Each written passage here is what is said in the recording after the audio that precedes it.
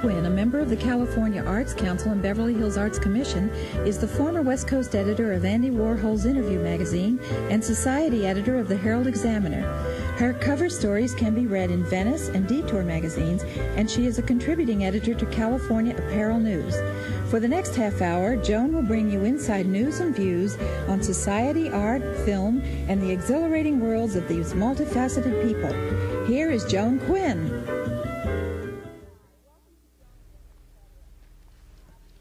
Hi, welcome to Joan Quinn, etc. We're happy you're watching us today because we're really lucky to have designer Mary McFadden with us today. She's making a personal appearance at Saks Fifth Avenue in Beverly Hills.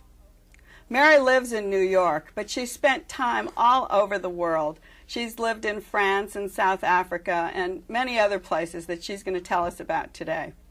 She's received 2 Coty Fashion Awards, and in 1979 was elevated to the Coty Hall of Fame. She's also in the Best Dressed Hall of Fame. Mary, we know about the Best Dressed Hall of Fame, but tell us about the Coty. Well, that was very exciting to get a Coty, like my first year of designing. Is that when it was? Yeah, so that was very exciting. What is it, Coty Award? Is it like the Best Dressed, or? Well, it's the best designer, the work of a best designer in a given year. So Coty is designer, Best Dressed is the way you look. That's right. Is that right? That's right. Tell us about all the exotic places you've been. Well, I've just come back from Central Java, which was the inspiration for the collection that you saw today. And that was really, I went 2 days after the New Year, and I went to the great Buddhist sanctuary of Burhabadur, yes, which is in Central Java, and then I went next door to it, which has the great sanctuary of Prambanan, which is a Shivist sanctuary. It's a Hindu. And one was created in the 8th century and the other in the 9th century.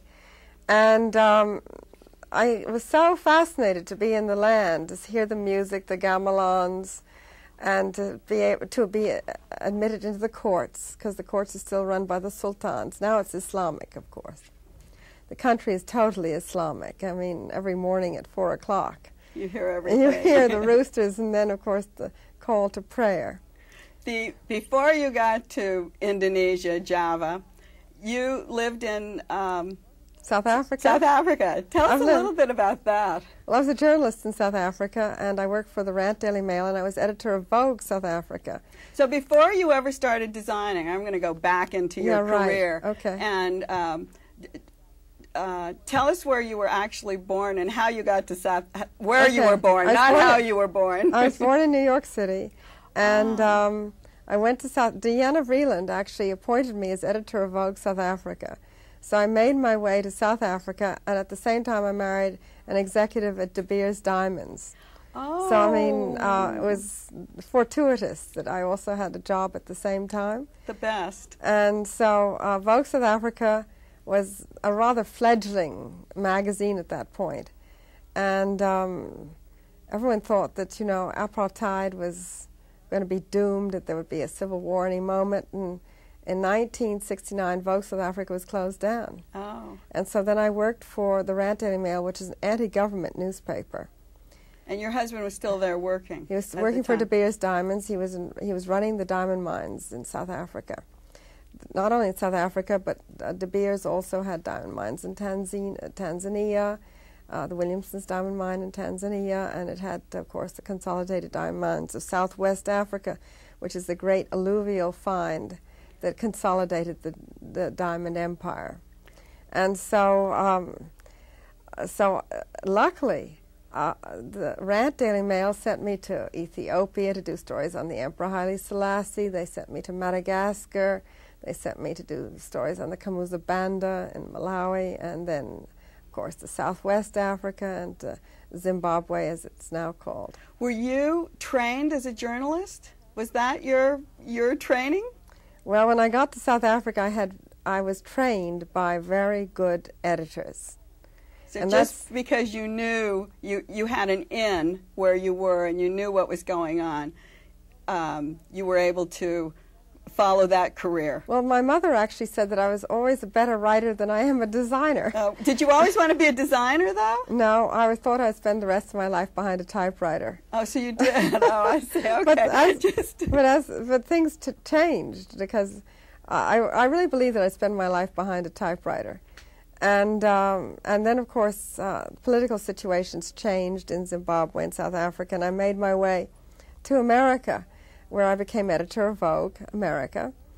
And then I made these very beautiful clothes that, since I couldn't find any clothes that I really liked in southern Africa, I bought the most beautiful fabrics in Madagascar and the Comorian Islands, silks. I see. So you started I started designing making there. some clothes. Or you actually sewed them, or you had seamstresses? Actually, no. To work with the Africans, you have to make everything very simple. So I made very classical shapes, almost like Egyptian togas or Greek togas and so Egyptian you would just draw, caftans. Would you just draw I just something? made a square. So I made a square, and you make a circle here, you cut out the head and a couple of holes for the arms, and you sew in a line. And that was it? And for a toga, for instance, you make a square, and then you cut out one side, and it falls on the bias. And so they were very classical, simple shapes with the most beautiful fabrics that I'd found. So that it didn't make any difference they were so stunning, because the fabric was so beautiful. I see. And the colors were so pretty. And so it was those clothes that one day I wore to office in New York at Vogue, that they said they wanted them on the cover. And so you were thrown into fashion design like that? I fell into it backwards. Definitely fell into it backwards. Yes, it was so hard reading your bio and seeing that people loved what you were wearing, and all of a sudden you became this great designer, and the first year you were designing, you got a Coty Award. I know. It's fabulous. I know, I was very lucky. What were you collecting when you were living in South Africa? Yeah, well, for instance, after I left South Africa, I went up to then southern Rhodesia, and we started this African workshop there. And the Shona tribe had this ancient and wondrous tradition of carving in the stone since the time of the great Zimbabwe civilization. Shona? Is it like a Shona? Oh, Shona. Is the name of the tribe. Uh-huh. And so these artists, which are very poetical, came, you know, when the bush drum goes out, it sounds out the message to the country that, of course, there is work available. And, you know, there's so little work in the country. This is 65 to 70. There's so little work in the country that Africans can do. But since the workshop school existed, they could carve stones and make the most beautiful sculptures, which they had in their ancient tradition. We're at our Natural History Museum. We'll be having an exhibit of this. I thought it was called Shona Art, yeah. S-H-O-N-A, but it's from that tribe. Yeah, Mashona. Mashona, and it's carved. It's carved serpentine. Yes, exactly. Or it's lepidolite, or it's And you granite. worked with them? We started, my husband was the director of the National Gallery, and we started these schools. That's great. That's very interesting. So did you collect that art? Oh, yes, I have a great deal of it. You have a great deal of that. When we talk about Mary McFadden, we always talk about your signature. So when you started designing at Vogue, you were using just fabrics that were very simple. I started designing in China silk. Uh-huh. Because China silk at that time cost $2.50 a yard. In vibrant colors. And but the point is, it was inexpensive, and I couldn't compete with the older generation, which were so established. So I had to have a very low cost to my product. And so I thought, what can I do with China silk? I can paint it, I can quilt it like this is quilted, and also painted, and I can pleat it like this dress right here. But originally, I tried pleating China silk, and of course, a drop of water goes onto it, and the pleat's lost. So I had to find a polyester satin-back fiber that if I pleated it and in the heat transfer process, that it would still look like silk, but it would be permanent, because a man-made fiber, when put through the heat transfer process, is permanent forever. So I found it in Australia, of all strange places, because I trekked around the world to find a fiber that would have the properties that I was looking for, that would fall on the body like liquid gold, not break. Because 20 years ago, you know, when we had polyesters, they were all so bad that they would look like they would break. Right. They would break on the body. They didn't fall with the body like liquid gold does. But were you influenced by Fortuny? No, I was influenced by the classical Greeks. More so. And so was Fortuny influenced by the classical Greeks. Were the Fortuny fabrics susceptible to water the way you're talking about? Yeah, they're totally destructible. They are destructible? Yeah. If a drop of water on them, the pleat's gone. So my product is completely indestructible. It'll last forever. I mean, it'll go down to your great-great-great-grandchildren will be able to wear the same dress. It's indestructible. It requires no maintenance. There was a very funny story once where one of our clients took a dress to New Orleans, and she asked, and the maid in the hotel picked it up thinking, you know, she needed to press it because to get the wrinkles out. She spent the whole day trying to press out the wrinkles. Came back complaining she had not been successful. Thank God she hadn't been successful. So Mary McFadden's real signature is this pleated dress. It's called it's patented under the name of Mari pleating. M-A-R-I. M-A-R-R-I. Oh, M-A-R-R-I.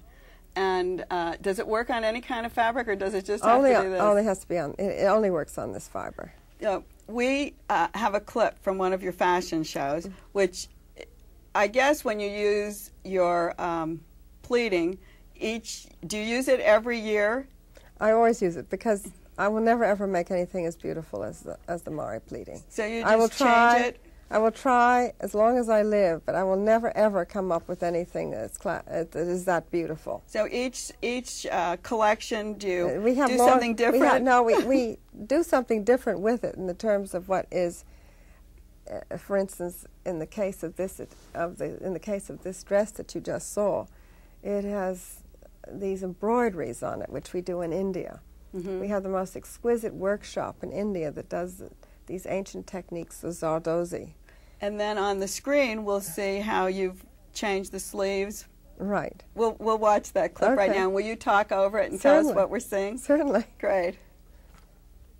So this is our show in New York presenting Java, the 9th and 10th centuries. That's your pleated dress. And this is a very short pleated dress. But the pleats are going the other way. They're horizontal. And in both these cases, the dresses are horizontal. And the jewels, look at the beautiful jewels in the sleeve. Does the fabric work the same way, whether it's horizontal or vertical? No, it has to work. It works. Sometimes we do it. Sometimes we do the pleating on the diagonal. Sometimes on the bias. Oh. Sometimes we combine the horizontal, the vertical, and the bias. This is a hand-painted, line-quilted suit, and it has various nagas, symbols. The Naga symbols are very important in Javanese mythology. And behind you, there's an entire gamelan orchestra on set. Yes, we're going to see that on the next clip when we come back, because I want them to see and hear the music. Yeah, the music is absolutely wonderful. Today, of course, when we did the show, we did not present the gamelan orchestra. We did electronic versions of it. And you see the Garuda, which is the motif in the back. That's the royal symbol, the royal bird of Indonesia. There you can see and the gamelan. And you can see the gamelan is in the back, and the symbol of the Garuda is on the back of the bejeweled jacket. But the Garuda is the national symbol, isn't it? Of the bird, yeah. Of Indonesia? Sort of, yes. And what does it symbolize? Well, it's a bird in flight. I suppose it's the phoenix. That's what I always thought it was. We're going to take a break, and we're going to come back with Mary McFadden, and we'll talk to her more about this collection and all the other things that she does in her life. We'll be right back with Joan Quinn, etc.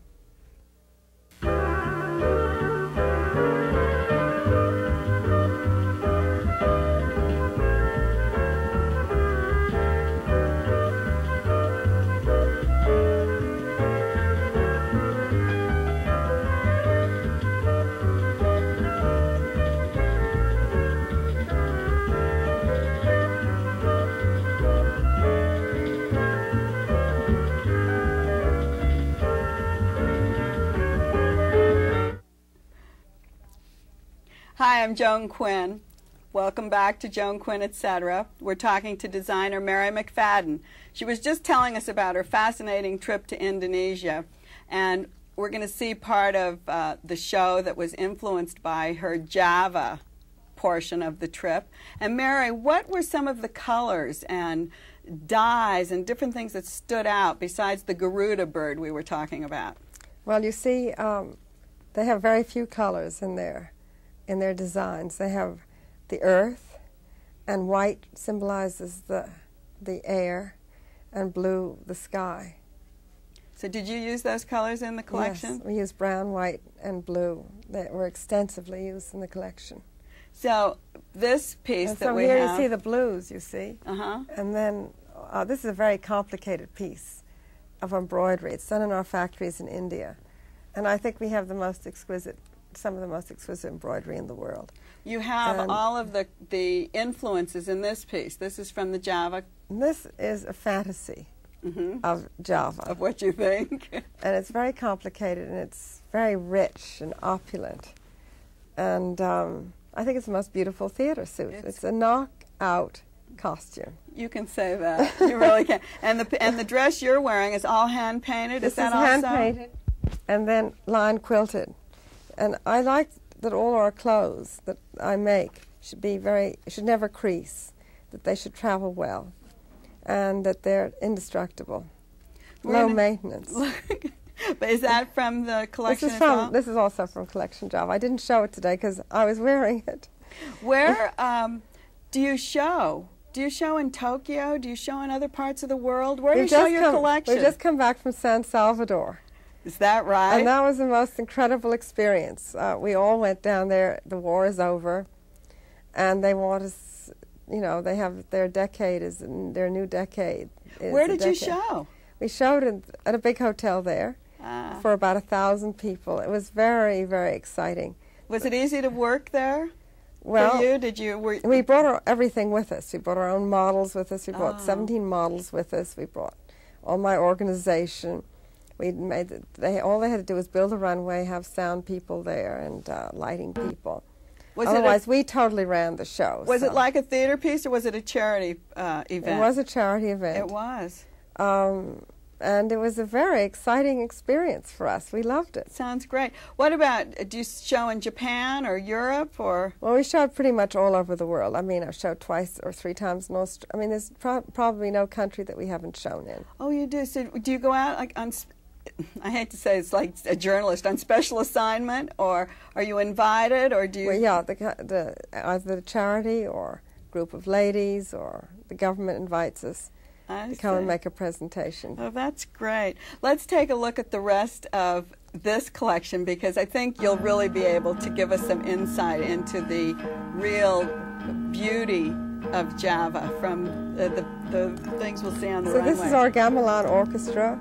We got from Indonesia House an entire 19-piece gamelan orchestra. And they're all Americans, but they have become totally in love with Indonesia and Indonesian culture. And they're probably the most exquisite orchestra. There is no orchestra as good as that in Java today, even in the royal courts. Where is this show? So this is being shown at the Henry Hudson Theater, and it's a wonderful theater, and the runway is in New York. This is in New York. It's in the Maklo Hotel. This is what's so beautiful. You see the and bird so again? Yeah. So here's the Garuda bird, which is screened onto this Javanese ancient fiber, and all these designs that are in between the Garuda bird are rice patterns or water patterns. There's the one we were showing, a similar type of embroidery. So the embroidery complements the fabric.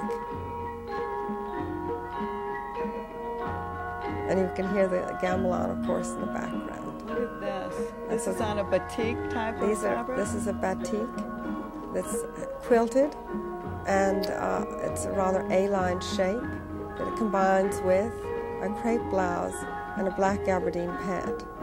You know, the headpieces look like the orchestra headpieces. Well, in fact, no, the orchestra headpiece. The orchestra are wearing my Mari pleated turbans. They are. And they're wearing my Mary McFadden t-shirts and a sarong, a batik sarong underneath. So they were completely costumed out, and they were thrilled. They had never seen such beautiful batiks. I made a wonderful collection of batiks while I was in Java, and so they were worn by all the orchestra. But the headpieces definitely are influenced by the country, are they not? No, the headpieces are classical pieces that are worn in the royal court dances in Solo and Yogyakarta.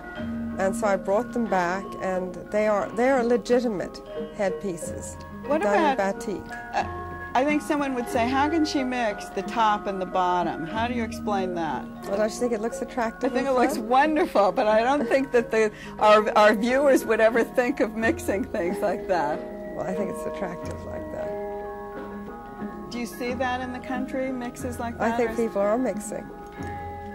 And so behind you, of course, you see, this is my signature Mari pleating, and I developed this a long time ago, and I'll never make anything more beautiful than this. So you can make turbans, you can make any kind. I can make shirts and pants. Will Java bustiers influence you for years to come, or do you just do one collection? Well, I'm working on now a really fascinating collection for me, which is the Book of Kells, which is going to be a medieval collection. And so you kind of stop. You go into something new. Yeah, it's a challenge to do something new each collection, and also for everyone we learn so much about another period.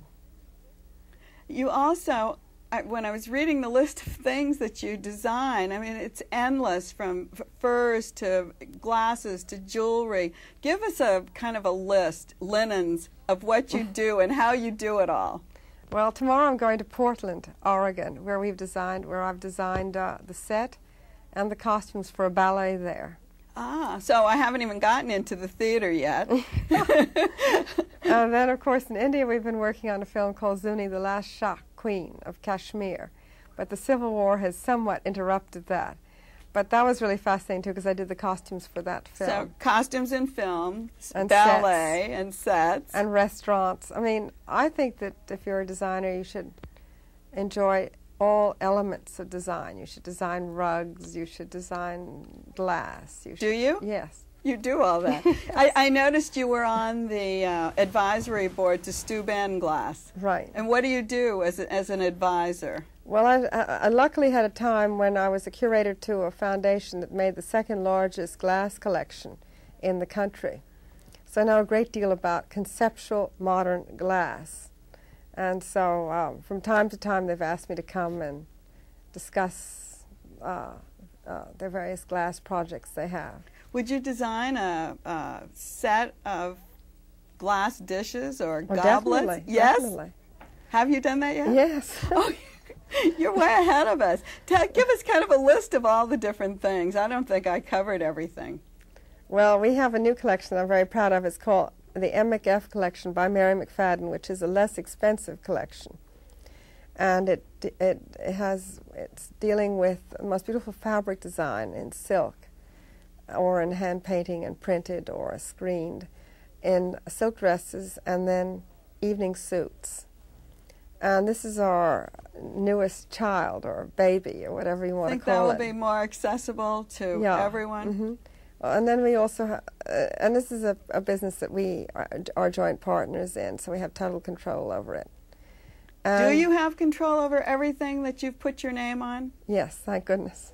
And you have a perfume? Do you have a perfume? I do have a perfume, but at the moment it's not in the marketplace. Well, so you've done everything. I know you've done accessories. You brought earrings. Earrings. What else in the accessory line?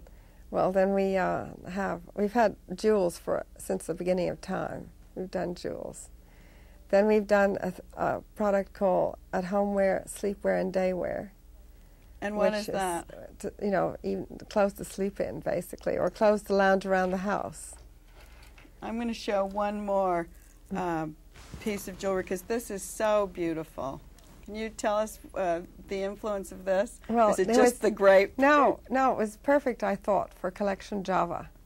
I wanted a very small earring for Collection Java, nothing nothing extraordinary, because Collection Java is it has its own opulence. It doesn't need too much decoration.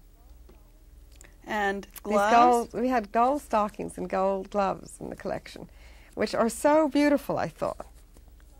Here we are. They shine. Didn't you love them in the collection? The legs, your legs shine. I know. I love these new shiny legs now. So you designed these too? Oh, we had shiny. Everything was shiny, and I thought it made the woman more sculptural and more beautiful. That's what I hoped. This is great. And then from evening wear, what about oh, yes, we have a wonderful collection of eyewear. Eyewear. I'm very pleased with that. I mean, it was way beyond my hopes. It turned out so well. What else? Tell us some other things. Well, furs. How do you feel about furs? Do you still? Furs is a delicate subject. That's what I was wondering. So at the moment, what my next project is, we're going to design a couple of restaurants, and we're going to do a couple of interior designs. When we were thinking about the different things that you did, not only do you do the designing, but you give back to the design community. I know you've been very, very active in the Council of Fashion Designers of America. I mean, as a past president. As a president and as a board member. Tell us a little bit about what the Council of Fashion Designers of America stands for. Well, this is very important to all of us on 7th Avenue, that last year we had 7th on sale, which we were able to raise $4 million. It was a charity. For AIDS care in New York. And we felt very strongly that we were the last design community. For instance, the actors had done a great deal for AIDS, and the musicians had done a great deal for AIDS. And the design community had not done anything until 7th on sale. So we all band together and made a really staggering effort at an armory to raise money for AIDS care. I was chosen along with Stan Herman to see how we could best utilize this $4 million in the New York community. And so we have given away this money as intelligently as we can with the help of the Community Chest organization. So you who are very knowledgeable on this area. And you have your finger on where the funds go, which is the most important. And of course we want to have something that, whether we have our own hospice or whether we have our own trucks or whatever we have, we want to make a permanent image of 7th on sale, that 7th Avenue cares about AIDS care. And we want to thank you, and we want to thank 7th Avenue, and we want to thank the fashion community for being so concerned with so many of the problems that we have today. Keep up the good work, and thanks very much, Mary McFadden, for being with us. And thank you, Joan. Goodbye, and thanks for being with Joan Quinn, etc. Goodbye.